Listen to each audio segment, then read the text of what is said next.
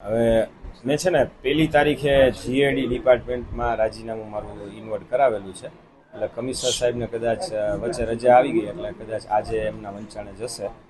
અને રાજીનામું આપવાનું કારણ મેઇન તો મને પોતાને તબિયત સારી નથી રહેતી. મને બીપી, ડાયાબિટીસ, કોલેસ્ટ્રોલ એવું બધું થોડું આવી ગયું છે.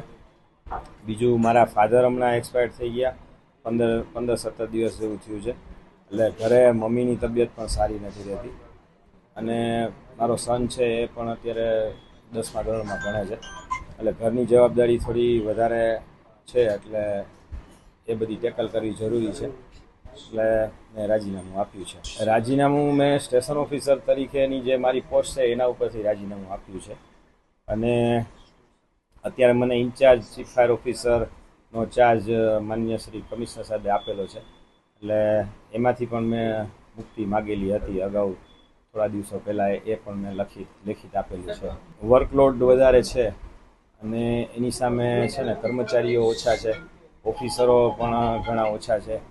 એટલે કામમાં પણ વર્કલોડ ઘણો બધો વધારે છે. તણાવ તો બધા અમારા જેટલા કર્મચારીઓ નોકરી કરે છે એને થોડોક તણાવ તો રહે જ છે, કારણ કે વર્કલોડ બહુ જ છે. ફાયર સ્ટેશન અત્યારે હાલમાં આપણા રાજકોટ મહાનગરપાલિકાના 7 ફાયર સ્ટેશન ગાંધીનગરથી ગ્રાન્ટેડ છે અને સંચાલન તેનું અહીંયા આપણા કોર્પોરેશન દ્વારા થાય છે. એટલે આમ જુઓ તો આપણે 8 ફાયર સ્ટેશન ગણી શકીએ.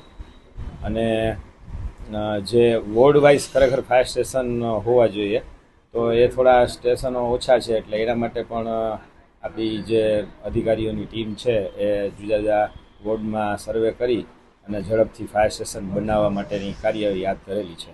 સ્ટાફમાં અત્યારે આમ જુઓ તો લગભગ જે કાંઈ મંજૂરી મળેલી હતી ફાયર ઓપરેટર ઓફિસર, એમાં થોડી ઘટ જોવા મળે છે. મારા અંદાજે લગભગ 25થી 30% જેવી ઘટ છે. બિલ્ડિંગો બનતી હોય છે એ તો બધા નવા કન્સ્ટ્રક્શન હોય છે. ઇક્વિપમેન્ટની ખરીદી પણ અમારે અત્યારે હાલમાં પ્રોસેસમાં જ છે.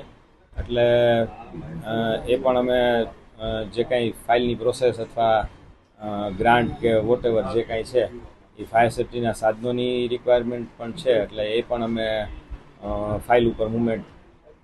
ના, રાજીનામું આપવાનું કારણ કોઈ પોલિટિકલ કે પ્રેશર કે એવું તો કાંઈ છે નહીં, બરાબર. મારી પોતાની હેલ્થ અને ફેમિલીનું જે મારે જોવાનું છે એના લીધે મેં રાજીનામું આપ્યું છે.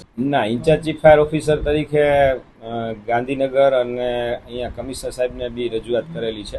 એટલે એના માટે કોઈ ઓફિસરની વ્યવસ્થા અથવા તો જે ઓફિસરને ચાર્જ આપશે તો એ આવશે તો હું પછી એમને સુપ્રત કરી દઈશ ચાર્જ. એટલે અત્યારે હું છું તો ખરા જ, બરાબર. 3 મહિનાનો નોટિસ પીરિયડને એ પણ હું ભરીને પછી રિલીવ થઈશ.